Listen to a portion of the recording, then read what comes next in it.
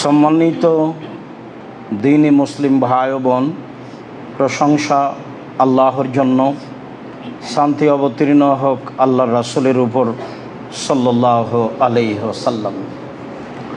আমরা অবগত আছি আমাদের ধারাবাহিক বিষয়ের কথা, অর্থাৎ মসজিদে যাওয়া, মসজিদে সালাত আদায় করা, মসজিদে প্রবেশের সময় দোয়া পড়া, অন্যান্য ফজিলত। আমরা আশা করছি মসজিদের আলোচনা আজকের জুমায় শেষ হবে বলে আশা করি ইনশাআল্লাহ।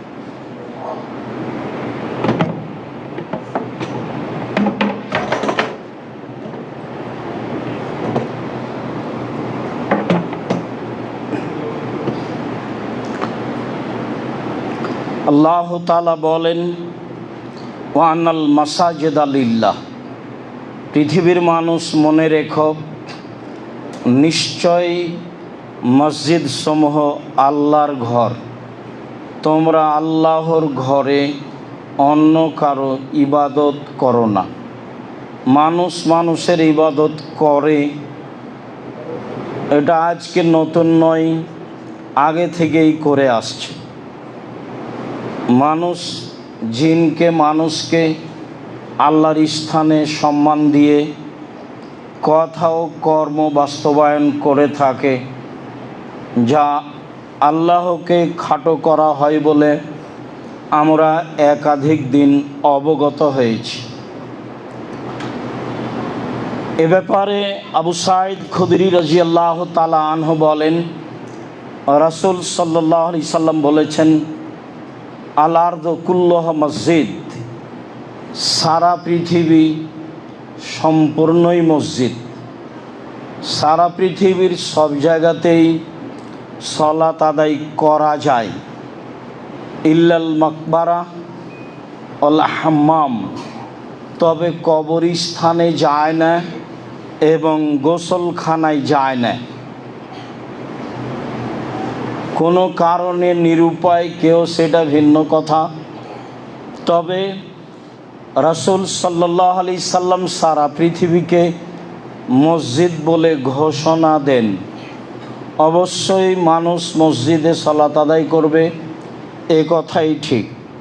সময়ের গতিতে পৃথিবীর যে কোনো স্থানে সালাত আদায় করবে। সাথে সাথে কবরস্থানে সালাত আদায় করা কঠোরভাবে নিষেধ। জানাজার সালাত কবরস্থানে এমন জায়গায় আদায় করা যাবে না যেখানে কবর আছে, বা সালাত শুরু করলে কবর সামনের দিকে হবে, এমন জায়গায় সালাত আদায় করা যাবে না। কেন?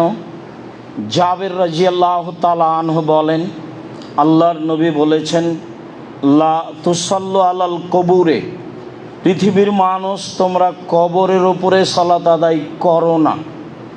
ওয়ালা তুসাল্লু ইলাইহা, আর কবরের দিকে মুখ করে সালাত আদায় করো না। অন্য এক বর্ণনায় এসেছে, ওয়ালা তুসাল্লু বাইনাল কবুরে, কবরের মাঝে সালাত আদায় করো না। যেসব মসজিদের ভিতরে কবর আছে সেসব মসজিদে সালাত আদায় করা হারাম, নাজায়েজ। সেসব মসজিদে সালাত আদায় করা যাবে না, যাবে না, এটাই চূড়ান্ত। যেসব জায়গায় সালাত আদায় করলে সামনের দিকে কবর আছে প্রমাণ হয়, সেসব মসজিদেও সালাত আদায় করা যাবে না। যেসব মসজিদে পাশে কবর রয়েছে সেসব জায়গাতেও সালাত আদায় করা যাবে না। তবে কবর যদি নিজস্ব জমিতে হয় আর মসজিদ যদি অক্ষ হয়, তাহলে মসজিদ ও কবরের মাঝে একটু অতিরিক্ত প্রাচীর থাকতে হবে, যেটা মসজিদের দেওয়াল থেকে ভিন্ন, যেটা কবরের ঘেরা থেকে ভিন্ন। অতিরিক্ত একটি প্রাচীর দিয়ে কবর থেকে মসজিদকে ভিন্ন করে নিতে হবে। আশা যে বিষয়টি আমাদের কাছে দিনের মতো স্পষ্ট হয়েছে। ভবিষ্যতে কোনো দিন কোনো জায়গায় যদি সালাত আদায় করে নিই, তারপরে পরে বুঝতে পারি যে অত্র মসজিদে কবর আছে বা পাশে কবর আছে বা সামনে কবর আছে, তাহলে সেই সালাত আবারও পড়তে হবে। ভালোভাবে মনে রাখতে হবে। আপনি মনে রাখবেন, আরও দিনই ভাই বোনকে বলবেন। যত দিন কথা স্মরণ থাকবে ততদিন আর একজনকে সময় সুযোগে বলতে থাকবেন। এটাই আল্লাহর নবীর আদেশ। আশা যে সকলেই পালন করবেন। ঢাকা শহরের অনেক মসজিদের ভিতরে কবর আছে, যা আপনাদের জানা কথা। সবাই পড়ছে যে এর উত্তর আমাকে আপনাকে দিতে হবে না, সালাত হবে না, এ কথাই ঠিক। এ নিয়ে আর নতুন কিছু বলার নেই। আবু হুরায়রা রাদিয়াল্লাহু তাআলা আনহু বলেন, রাসূল সাল্লাল্লাহু আলাইহি সাল্লাম বলেছেন, সাল্লু ফি মারাবিজিল গানাম, যেখানে ছাগল বাঁধা থাকে সেখানে সালাত আদায় করতে পারো, আদেশ করলেন। আর বললেন, ওয়ালা তুসাল্লু ফি আতানিল ইবিল, যেখানে উট বাঁধা থাকে সেখানে সালাত আদায় করো না। হাদিস সহিহ। রহস্য কি?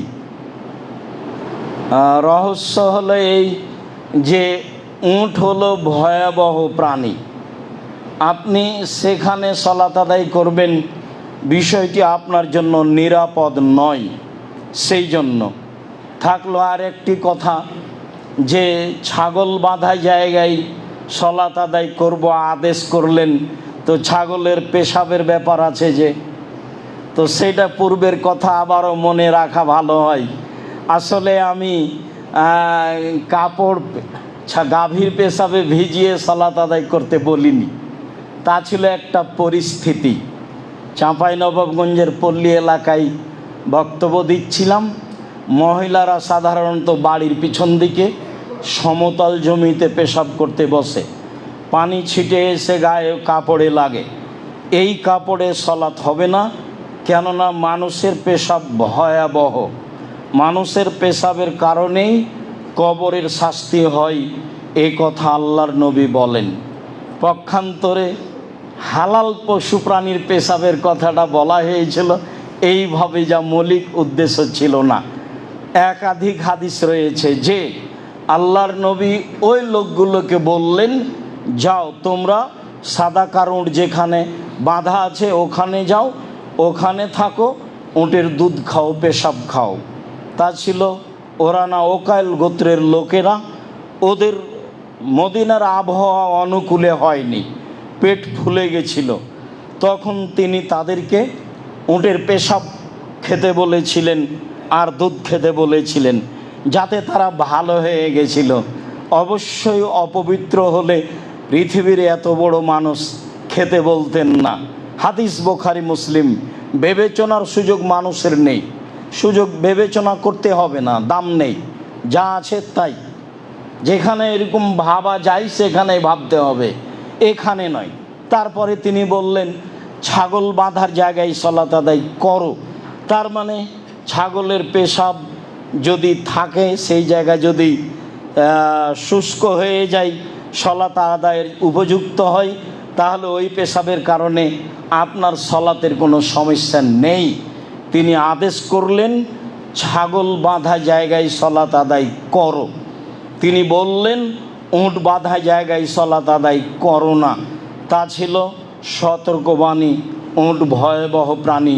এই জন্য সম্মানিত দিনী ভাই বোন, আমরা সালাতের জায়গা হিসাবে সতর্ক হচ্ছিলাম কিছু কথা। মসজিদ নিয়ে আরও বেশ কিছু সতর্কবাণী। আমর ইবনে শুআয়ব আন আবিহি আন জাদ্দিহি, আমর ইবনে শুআয়ব তার পিতার মধ্যস্থতায় তার দাদা থেকে বর্ণনা করেন। তার দাদা বলেন, নাহা রাসূলুল্লাহ সাল্লাল্লাহু আলাইহি সাল্লাম আন তানাসুদিল আসর ফিল মসজিদ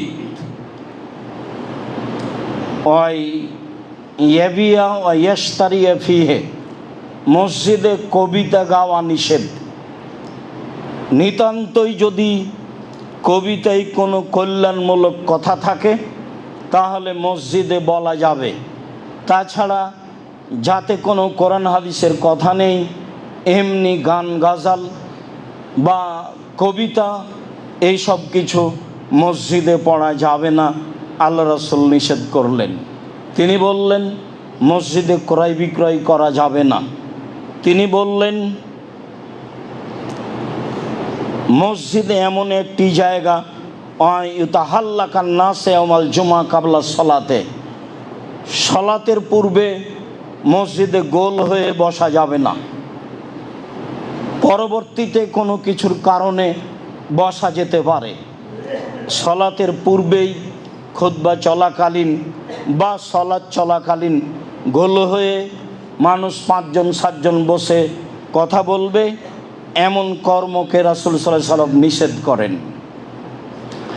আবু হুরায়রা রাদিয়াল্লাহু তাআলা আনহু বলেন রাসূল সাল্লাল্লাহু আলাইহি সাল্লাম বলেছেন, এজা রাআইতুম আইয়াবিয়া আয়াবতা ফিল মসজিদ ফাকুলু লা আরবাহাল্লাহু তিজারাতাক, তোমরা যদি কাউকে দেখতে পাও মসজিদে কোনো জিনিস কিনছে বা বিক্রি করছে, ক্রয় বিক্রয় করছে, তাহলে তোমরা উত্তর দিবা আল্লাহ যেন তোমাদের ব্যবসায় বরকত দান না করেন। এটা আপনাকে বলতে হবে, এটা আদেশ, যেন তোমার এই ব্যবসায় আল্লাহ বরকত না দেয়। তিনি বললেন তারপরে ওয়া ইন রাআইতুম আয়ানসুদা যাল্লাতা ফাকুলু লা রাদ্দাহাল্লাহু আলাইকা, তোমরা যদি শুনতে পাও মসজিদে হারানো জিনিস খুঁজছে, তাহলে বলবা আল্লাহ তার এই হারানো জিনিস তুমি তাকে ফেরত দিবা না। এটা রাসূলের আদেশ। বুখারী মুসলিমে এসেছে লাম তুবনা লিহাজা, হারানো জিনিস বিজ্ঞপ্তি দিতে হবে, প্রচার করতে হবে, এই জন্য মসজিদ নির্মাণ করা হয়নি। যা আমরা বুখারী মুসলিমের হাদিসে আগেই আংশিকভাবে অবগত ছিলাম। তাতে আমরা এ কথা অবগত হয়েছিলাম যে মসজিদে মরা মানুষের সংবাদ প্রচার করা যাবে না, মসজিদের মাইকিং করা যাবে না। কেন? সেটা হলো জাহেলি প্রথা। মরা মানুষের মরার সংবাদ দিতে হবে, হাদিস বুখারী মুসলিম। আবার মরা মানুষের মরা সংবাদ প্রচার করা নিষেধ, এটাও বুখারী মুসলিম। তাহলে সমাধা কি? যেটা জাহেলিয়াতের যুগের সাথে মিল খাবে, চিৎকার করে বলা হয় অমুক নিবাসী তার নিজ বাসভবনে রাত 3টার সময় ইন্তেকাল করিয়েছে, মারহুমের জানাজা বিকাল 2টায় অনুষ্ঠিত হবে, সবাই আপনারা জানাজায় যোগদান করে অশেষ সবের ভাগীদারি হন। মরহুমের জানাজা, ও কি ক্ষমা পেয়েছে? মরহুম একটা শব্দ, এটা বলাও শিরক। আবার কেউ বলছে মরহুম মাগফুর, কেউ জানে না। আন্ধা কো আন্ধা পড়াতা হয়, যে বলে সেও অন্ধ, যে শুনে সেও অন্ধ, দুইজনই সমান। যে মারা গেছে তাকে মাগফুর মারহুম বলা যাবে না, এতটুক বলা যাবে আল্লাহ তাকে ক্ষমা করো, গাফার আল্লাহু লাহু, আল্লাহ তুমি তাকে ক্ষমা করো, রাহেমাহুল্লাহ, আল্লাহ তুমি তার প্রতি দয়া করো, এমন কথা বলা যায়। মাইকিং করে প্রচার করা চিরদিনের জন্য নিষিদ্ধ, এটা হারাম, এটা কুসংস্কার, জাহেলিয়াতের যুগের নীতি।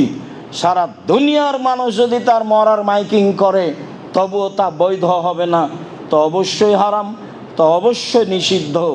বলছিলাম হাকিম ইবনে হিজাম রাদিয়াল্লাহু তাআলা আনহু বলেন রাসূল সাল্লাল্লাহু আলাইহি ওয়াসাল্লাম বলেছেন, লা ইস্তাকাদু ফিল মসজিদে, মসজিদে কেসাস নেওয়া যাবে না, নিষেধ।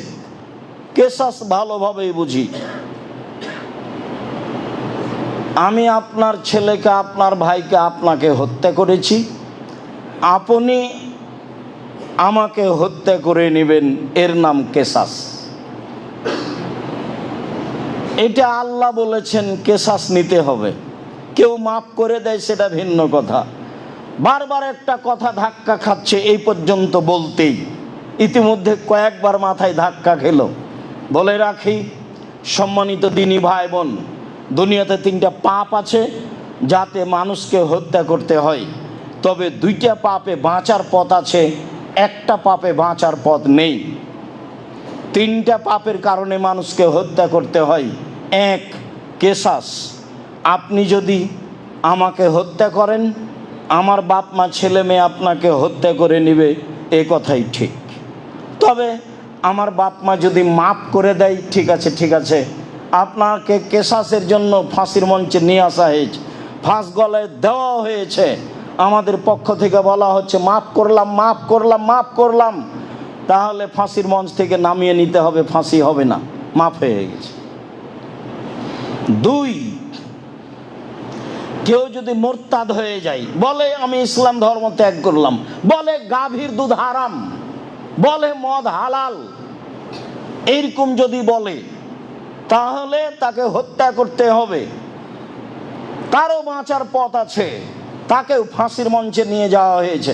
ও বলছে আমি তওবা করলাম, আমার ভুল হয়েছে, গাভীর দুধ হালাল, মদ হারাম।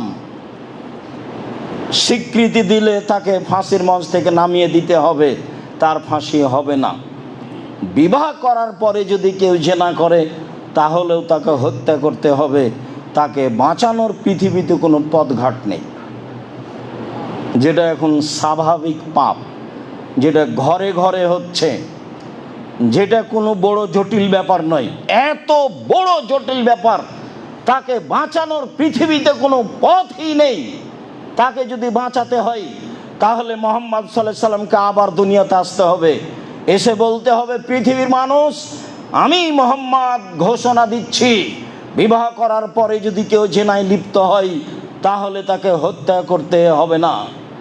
যেহেতু তিনি আর কিয়ামত পর্যন্ত কোনোদিন আসবেন না, কাজে ঘোষণাও কোনোদিন আর হবে না, কাজে বিবাহ করার পরে জেনায় লিপ্ত হলে তাকে রক্ষা করার পৃথিবীতে কোনো পথঘাট বের হবে না। এটাই শরীয়ত। সম্মানিত দ্বীনি ভাই বোন, তারপর রাসূল সাল্লাল্লাহু আলাইহি ওয়াসাল্লাম বলেন ওয়াইন শাদাল্লাহ শার ফিহে, মসজিদে কবিতা গাওয়া নিষেধ।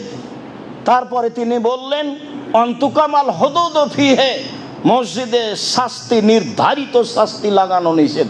নির্ধারিত শাস্তি কি?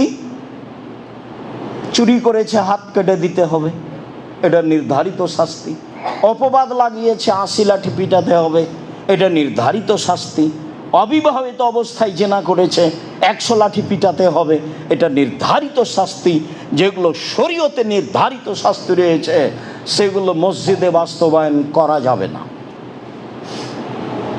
তাহলে বেশ কিছু নিষিদ্ধ মসজিদে তা ধারাবাহিকভাবে অবগত হচ্ছিলাম, যদিও মসজিদ অনেক কিছুর জায়গা, এরপরেও এসব কিছু মসজিদে করা যাবে না বলে রাসূল সাল্লাল্লাহু আলাইহি সাল্লাম বলেন, যা ধারাবাহিকভাবে আপনার সামনে পেশ করছিলাম সতর্কবাণীতে। তারপরে চলেন আমরা আবার পরিষ্কার পরিচ্ছন্নতায় ফিরে যাই। আয়েশা রাদিয়াল্লাহু তাআলা আনহা বলেন, রাসূল সাল্লাল্লাহু আলাইহি ওয়াসাল্লাম বলেছেন, আদেশ করেছেন, বেনাইল মসজিদ ফিদ্দুর, পাড়ায় পাড়ায় মসজিদ তৈরি করো এবং তাকে পরিষ্কার পরিচ্ছন্ন রাখো। পরিষ্কার পরিচ্ছন্নের বিষয়টি অতীব জরুরি। সাহেব ইবনে খাল্লাদ বলেন, হুয়া রাজুলুন মিন আসহাবি রাসূলিল্লাহ সাল্লাল্লাহু আলাইহি সাল্লাম, সাহেব ইবনে খাল্লাদ একজন সাহাবী।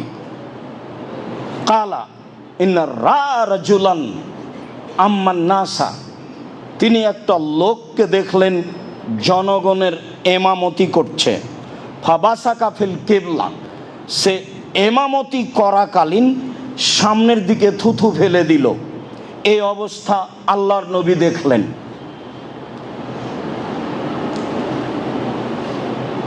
ফাকালা রাসূলুল্লাহ সাল্লাল্লাহু আলাইহি সাল্লাম লিকাওমিহি হিনা ফারাগা লা ইউসাল্লি লাকুম, আল্লাহর নবী জনগণকে বলে দিলেন, এই শোনো, এই লোক তোমাদের এমামতির যোগ্যতা রাখে না।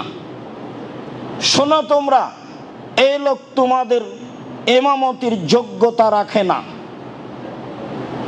ফালাম্মা আরাদা আইসাল্লিয়া বাদাহু ফামানাউহু আখবারুহু কালা রাসূলুল্লাহ সাল্লাল্লাহু আলাইহি সাল্লাম, আল্লাহ রাসূল এদের ঘোষণা দিয়েছেন কিন্তু ইমামকে বলেননি।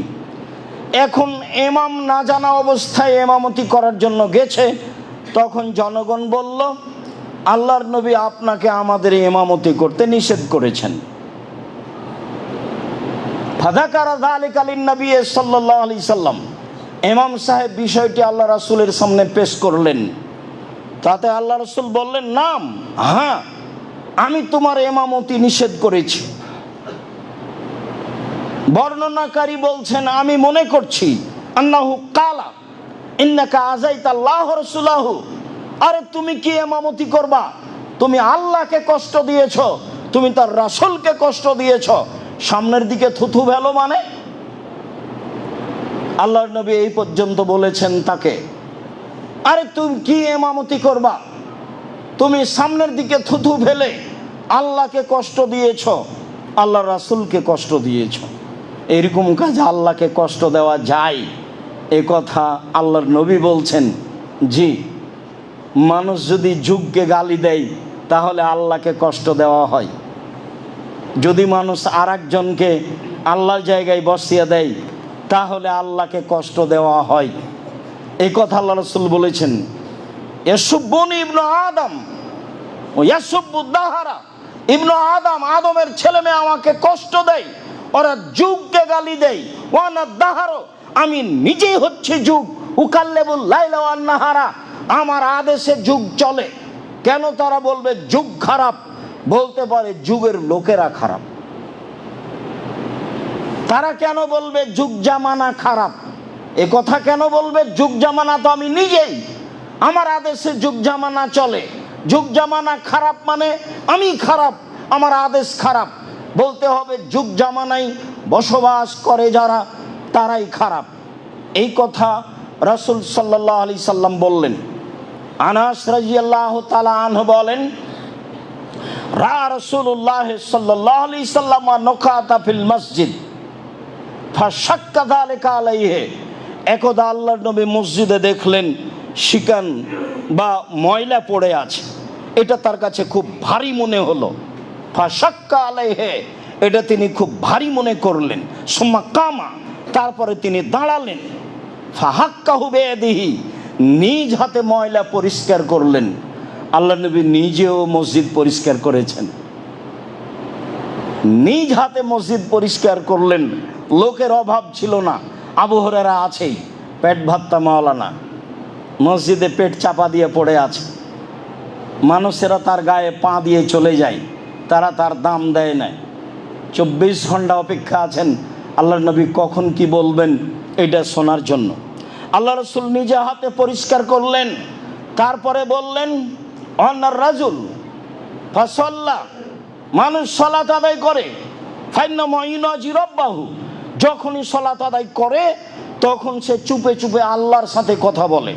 ফাইন্না রাব্বাহু বাইনাহু ওয়া বাইনাল কিবলা, তার প্রতিপালক থাকেন তার মাঝে আর তার কিবলার মাঝে, তার প্রতিপালক থাকেন তার মাঝে আর তার কিবলার মাঝে। তাহলে সামনের দিকে থুথু দিলে তো আল্লাহকে কষ্ট দেওয়া হবেই, সামনে তো আল্লাহ আছেন। এর অর্থ এই নয় যে আল্লাহ সব জায়গায় বিরাজমান। আল্লাহ তার স্থান থেকেই আপনার সামনে অবস্থান করছেন। আপনি সামনে থুথু দিলে তাকে কষ্ট দেওয়া হবে, এ কথাই ঠিক।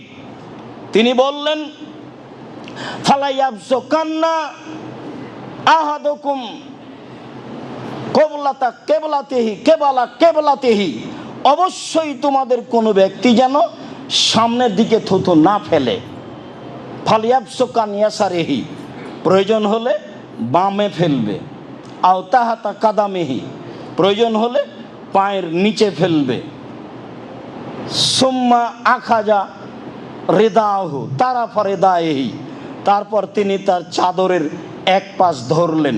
ফাবাসাকা ফিহে, তার গায়ের চাদরের এক অংশ ধরে সে অংশে থুথু দিলেন। সুম্মা রাদ্দা বাজুহালা বাজিন, তারপর একটা আরেকটার সাথে জড়িয়ে এইভাবে হাত দিয়ে ডলে দিলেন। একটা আরেকটার সাথে জড়িয়ে এইভাবে হাত দিয়ে ডলে দিলেন। তিনি বললেন, ওয়াফালো হাকাদা, অন্যথায় এমনটা করবে। তাহলে বাম দিকে তো এখন থুথু ফেলা যায় না, মসজিদ তো যা হওয়ার তাই। পায়ের নিচেও থুথু ফেলা যায় না, মসজিদ তো যা হওয়ার তাই। তাহলে এখন কি করতে হবে? রাসূলের শেষ কর্ম যেটা, সেটাই কিয়ামত পর্যন্ত বলবৎ থাকবে। আপনার পকেটে টিস্যু থাকবে, হাতে টিস্যু থাকবে, রুমাল থাকবে।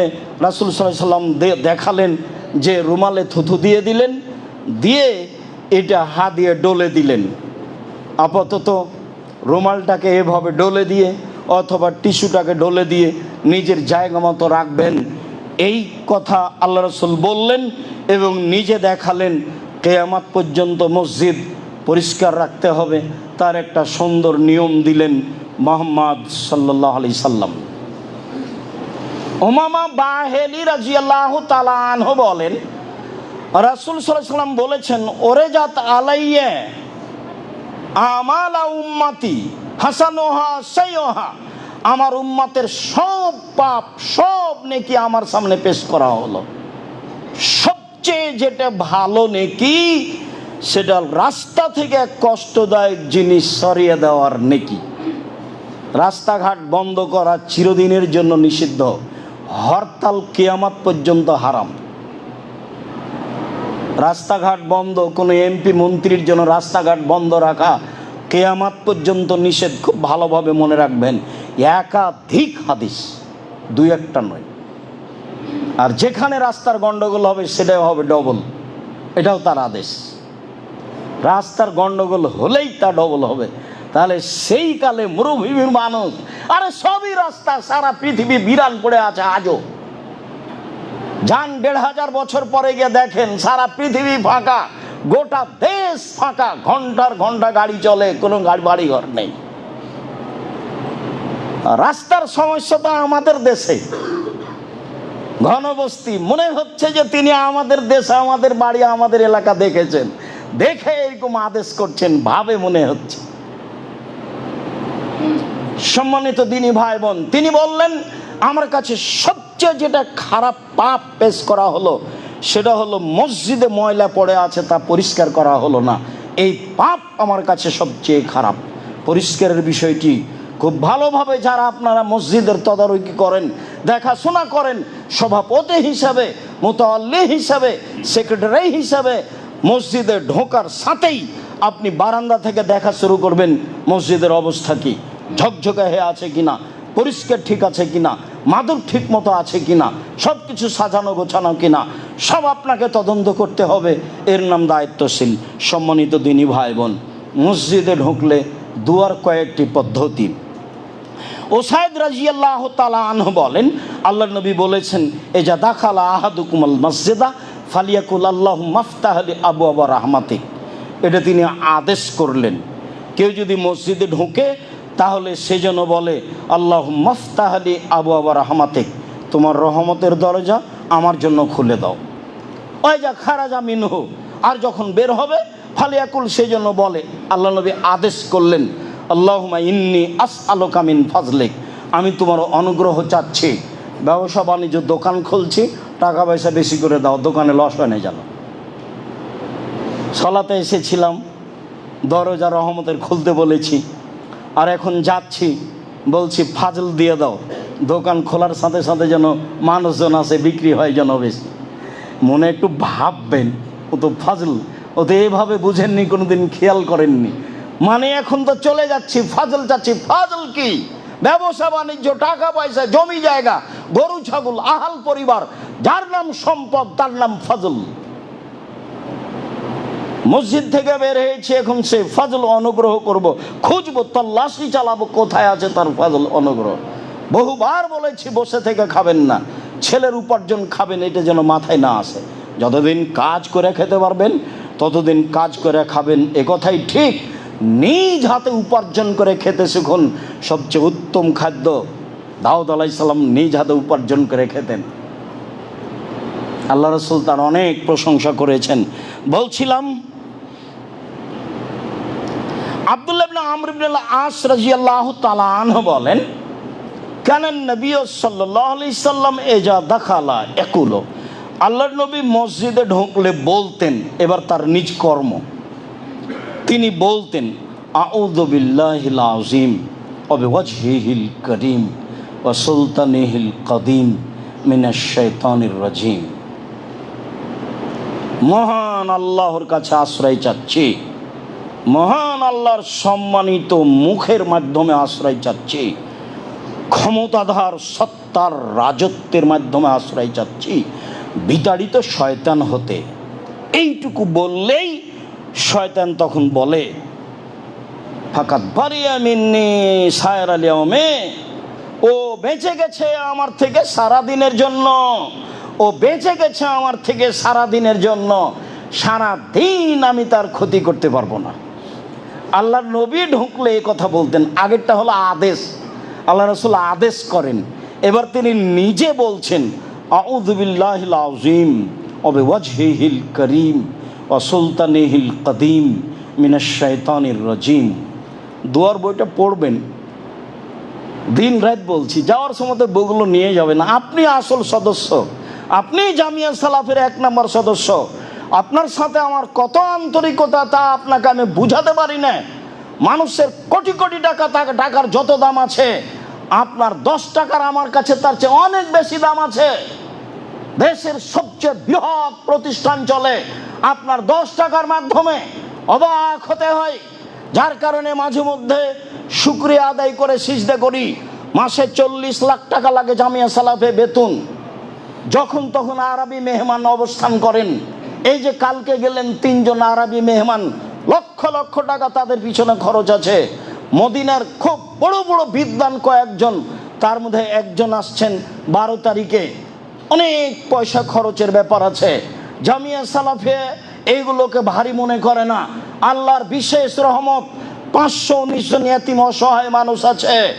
যার কারণে আমি মনে করি আপনার 10 টাকার আমার কাছে অনেক দাম আছে। জামিয়া সালাফিয়া সরকারি অনুদানে চলে না, জামিয়া সালাফিয়া বিদেশি সহযোগিতায় চলে না, জামিয়া সালাফিয়া কোনো বিত্তশালী দিয়ে চলে না। এদেশের একটা ভিন্ন ধরনের প্রতিষ্ঠান, যেখানে প্রায় 5000-এর অধিক ছেলে মেয়ে পড়াশোনা করে, যেখানে 300 জনের অধিক শিক্ষক শিক্ষিকা আছে, যেটা আপনার আমার 10 টাকা দিয়ে চলে। সম্মানিত দিনী ভাই বোন, যার কারণে আপনি আসবেন 200 টাকা, 500 টাকা, 100 টাকা, 2000 টাকা হাতে করে, যাওয়ার সময় একটা ইতিসাম পত্রিকা নেবেন, একটা দুয়ার বই নেবেন, একটা কিছু বই নিয়ে আর একজনকে দিবেন। আপনার 2 টাকাই আমার কাছে 2 কোটি টাকার স্থানে আছে। আপনাকে আমি বুঝাতে অক্ষম, হয়তোবা যার কারণে আপনি না বুঝেই চলে যান, এমনটা হতে পারে, যেটা আমি চাইনি। ফাতেমা রাদিয়াল্লাহু তাআলা আনহা বলেন, দাখালান নবী সাল্লাল্লাহু আলাইহি সাল্লাম ও সাল্লাল্লাহু নবী সাল্লামা, আল্লাহর নবী মসজিদে ঢুকে দুরূদ পড়তেন। এই কথা ফাতেমা রাদিয়াল্লাহু তাআলা আনহা বলেন। তারপরে তিনি বলতেন, রব্বিক ফিরলি জুনুবি, হে আমার প্রতিপালক আমাকে ক্ষমা করো, ওয়াফতাহালি আবওয়াবা রাহমাতিক, তোমার রহমতের দরজা আমার জন্য খুলে দাও। বের হওয়ার সময় তিনি এটাই বলতেন। তবে বের হওয়ার সময়তে শেষ শব্দটা হলো ফাজলিক, এখন যাচ্ছি, তুমি আমার ফাজল অনুগ্রহ দিয়ে দাও। অন্য এক বর্ণনায় এসেছে, ফাতেমা রাদিয়াল্লাহু তাআলা আনহা বলছেন, আল্লাহর নবী ঢোকার সময় বলতেন, বিসমিল্লাহে ওয়াসসালামু আলা রাসূলিল্লাহে। তাহলে সব মিলে কি হবে? সব মিলে হলো এই, প্রথমে যেটা আছে, যেটা আদেশ, সেটা পড়েন, সমস্যা নেই, যেটা দিন রাত পড়ছেন। এরপরে যদি আপনি পড়তে চান তাহলে এভাবে, বিসমিল্লাহে ওয়াসসালামু আলা রাসূলিল্লাহে আউযু বিল্লাহিল আযীম ওয়া বিওয়াজহিহিল কারীম ওয়া সুলতানিহিল কাদীম মিনাশ শাইতানির রাজীম, রব্বিক ফিরলি জুনুবি ওয়াফতাহলি আবওয়াবা রাহমাতিক। এই হলো ঢুকবেন, আবার বের হবেন তখন এইটা বলা যায়। যদি ভারী লাগে আগে যা বলছিলাম তাই বলবো ইনশাআল্লাহ। আল্লাহুম্মা সাল্লি আলাইহি আল্লাহুম্মা বারিক আলাইহি। আলহামদুলিল্লাহি ওয়াহদা ওয়াসসালাতু ওয়াসসালামু আলা মান লা নাবিয়্যা বাদা।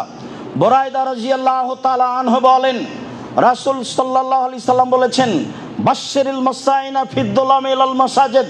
মুহাম্মদ সাল্লাল্লাহু আলাইহি সাল্লাম পৃথিবীর মানুষকে সুসংবাদ দিয়ে দেন, যারা রাতের অন্ধকারে মসজিদে যায়, বিচারের মাঠ তাদের জন্য পূর্ণ আলো থাকবে। পৃথিবীর মানুষ, রাসূলের এই কথা মনে রাখা ভালো হবে। আল্লাহর নবী বলেন, পৃথিবীর মানুষ সুসংবাদ গ্রহণ করো, রাতে যারা অন্ধকারে পায়ে হেঁটে মসজিদে যাও, তোমাদের জন্য বিচারের মাঠ থাকবে পূর্ণ আলো।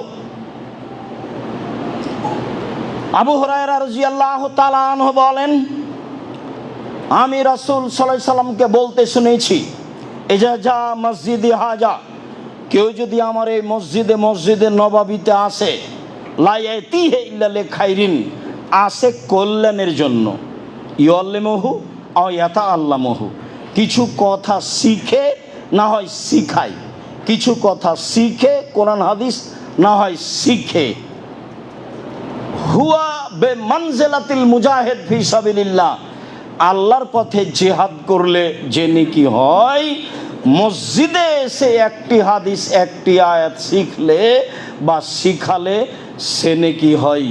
এই কথা মুহাম্মদ সাল্লাল্লাহু আলাইহি ওয়াসাল্লাম বলেন। ওমান জালে গায়রিহি, কেউ যদি এছাড়া অন্য কোনো উদ্দেশ্যে আসে, ফাহুয়া বিমানজিলাতির রাজুলে ইয়ানজুরু ইলা গায়রি মাতাইহি, সে যেন ওই মানুষের মতো যে অন্য মানুষের ব্যাগ বক্তার দিকে খালি তাকায়, যে লোকটার ব্যাগটা কত বড়, লোকটার ব্যাগে যে কি কি আছে। বোঝা গেল না মনে হয় আল্লাহ নবী কি বললেন? আল্লাহ নবী বললেন, কেউ যদি মসজিদে এসে একটা আয়াত পড়ে বা পড়ায়, তাহলে সে আল্লাহর পথে জিহাদ করলে যে নেকি হয় সে নেকি পাবে। আর যে ব্যক্তি এরকম কোনো কাজে মসজিদে আসে না, সে হলো অন্যের ব্যাগ বক্তার দিকে তাকানোর মতো। তো একটা মানুষের ব্যাগের দিকে আমি তাকালাম, লাগেজের দিকে তাকালাম, তারপর কি হবে আমার? কিছুই না। মানে আমার মসজিদে আসার পিছনে একটা উদ্দেশ্য থাকতে হবে, একটা হাদিস শিখবো, না হয় কাউকে শিখাবো, না হয় একটা আয়াত পড়বো, না হয় একটা পড়াবো।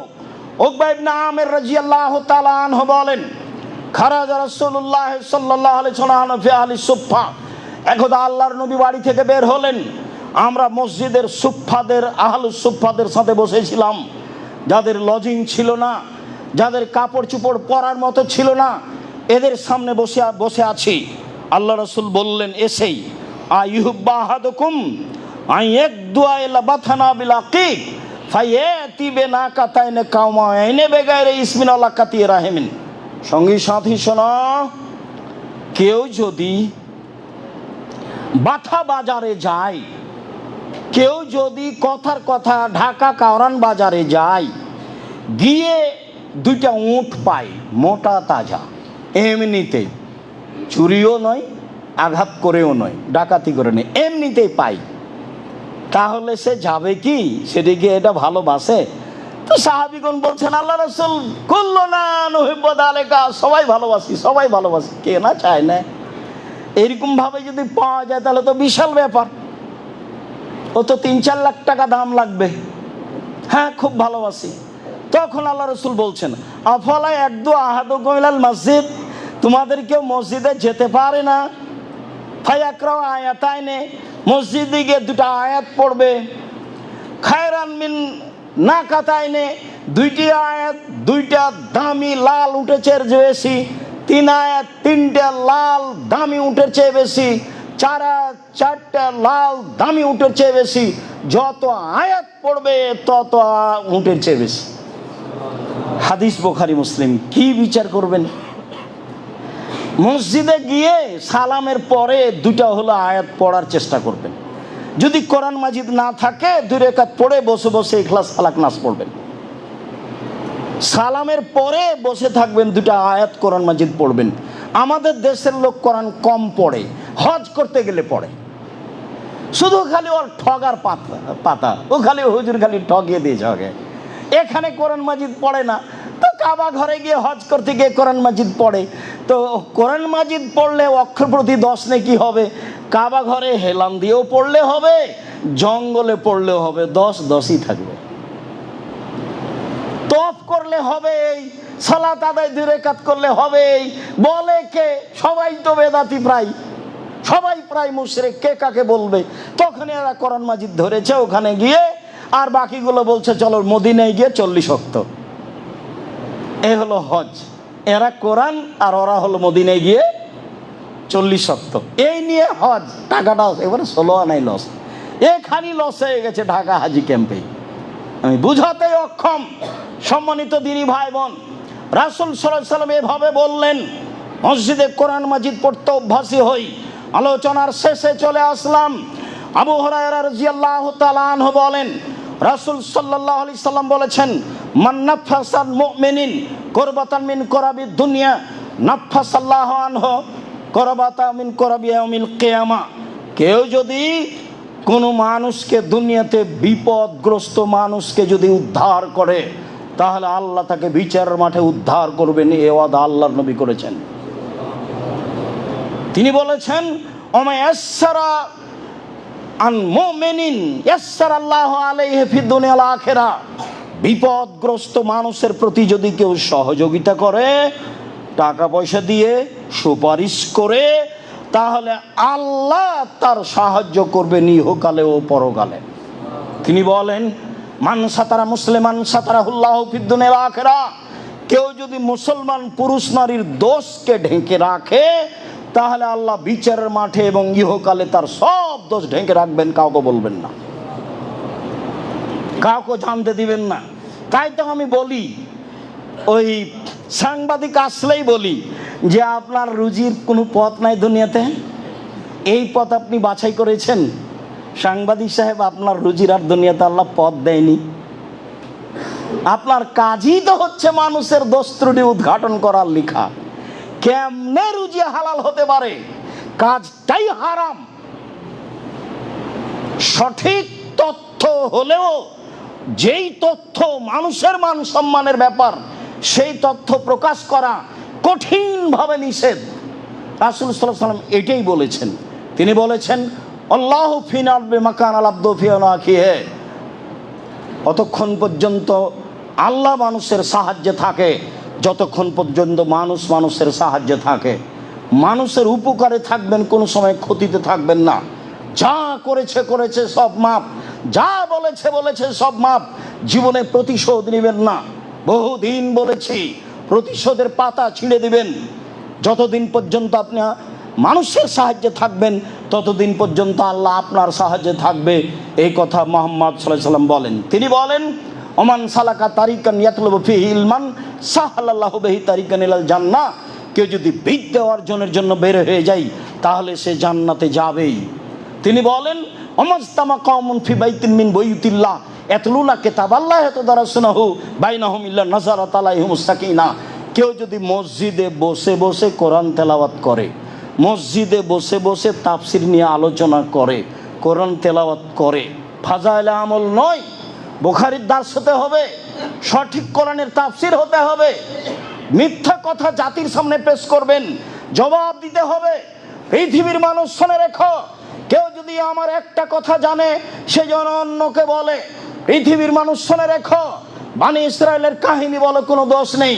পৃথিবীর মানুষ শোনো, কেউ যদি কোনো কথা আমার নামে বলে, সেই কথা যদি আমার না হয়, তাহলে তার থাকার জায়গায় জাহান্নাম।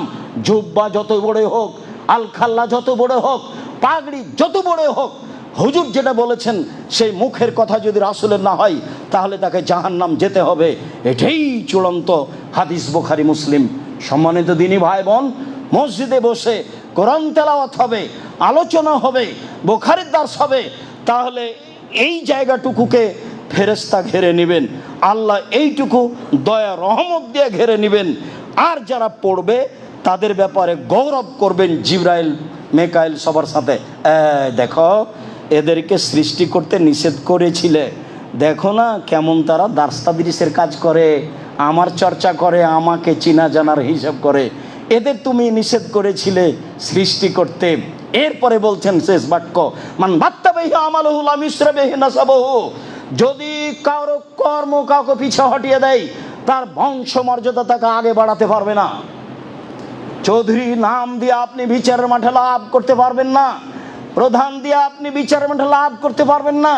ভাবি বাপ অনেক বড় মানুষ, সেই জন্য আপনার কোনো কাজে আসবে এই কথা নয়। আল্লাহ রসুল বলছেন, কাউকে যদি কারো কর্ম যদি কাউকে পিছে হটিয়ে দেয়, বংশ মর্যাদা তাকে আগে বাড়াতে পারবে না। এই কথাই ঠিক। সম্মানিত দিনী ভাই বোন, মসজিদে কোরআন তেলাওয়াত করব, মসজিদে দিনী আলোচনা করব, মসজিদে রাসূলের সঠিক কথাগুলি বলার চেষ্টা করব। এটা আমাদের চেষ্টা করতে হবে, নিজ পাড়ায় চেষ্টা করতে হবে, ব্যবস্থা করতে হবে, যারা দায়িত্বশীল তাদেরকে করতে হবে। সম্মানিত দিনী ভাই বোন, আজকে মসজিদের আলোচনা এই পর্যন্ত শেষ করে আমি শেষে আপনাকে আবারও বলছি, আপনি অবশ্যই জামিয়া সালাফের কথাটা মনে রাখবেন। আপনি 500 টাকা, 200 টাকা, 5 টাকা, 1 টাকা হলেও কোটাটায় দিয়ে যাবেন। আপনি হচ্ছেন আসল ব্যক্তি জামিয়া সালাফিয়ার। কাজে কোনো সময় আপনি নিরাশা হবেন না, মনটা খারাপ করবেন না, মনটা সংকুচিত করবেন না, কম হোক আর বেশি হোক। সাথে সাথে রাসূলের এই বলা কথাগুলি নিজের জীবনে বাস্তবায়ন করার চেষ্টা করবেন।